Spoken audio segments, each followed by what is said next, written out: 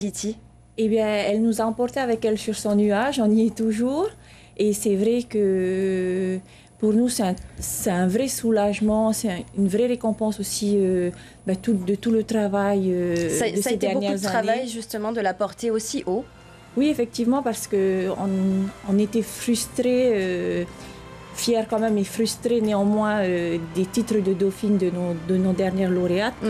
Et là, effectivement, il fallait que ça revienne au bout de 20 ans. Et donc, le timing, il était très bien pour cette année.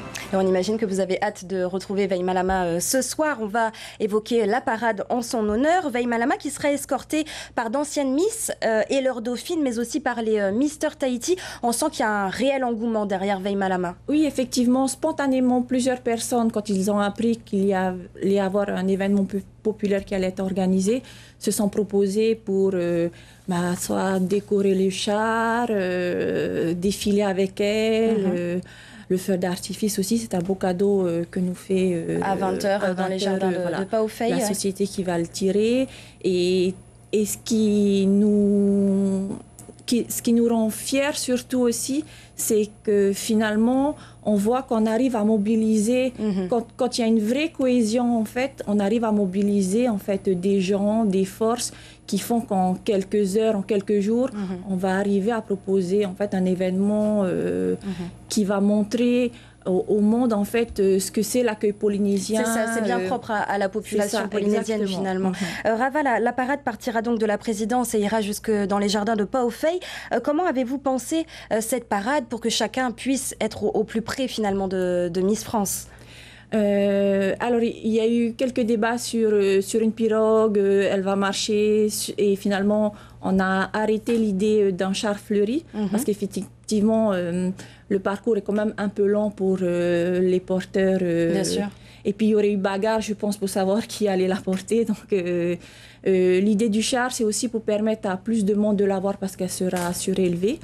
Et puis, c'est surtout pour montrer ces belles images d'ici, de fleuris, avec les sons de ukulélé et tout. Oui, parce que deux équipes de TF1 seront également présents en Polynésie. Les personnes à mobilité réduite n'ont pas été oubliées également.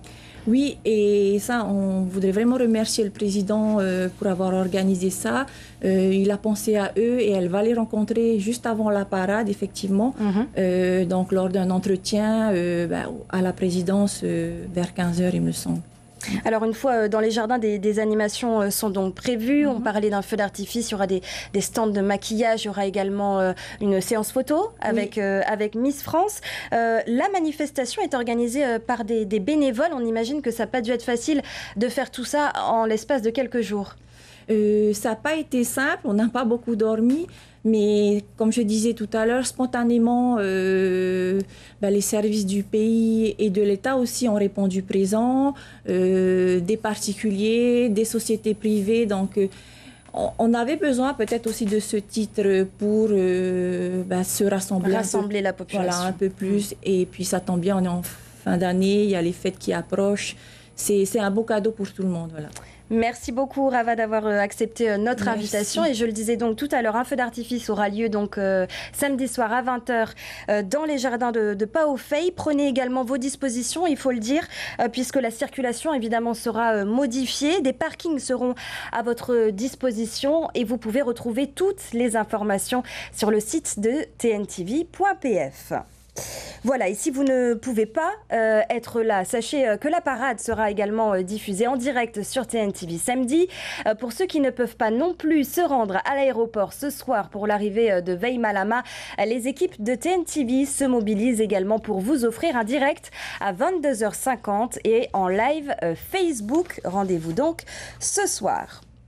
Et durant sa préparation à l'élection de Miss France, le passé de ronde de Veille Malama Chavez est devenu un véritable sujet de débat. Si en métropole, la majorité y voit une revanche sur les moqueries, d'autres l'interprètent comme un rejet des rondeurs ou des personnes en surpoids. En Polynésie, les personnes rondes sont souvent dénigrées, mais depuis quelques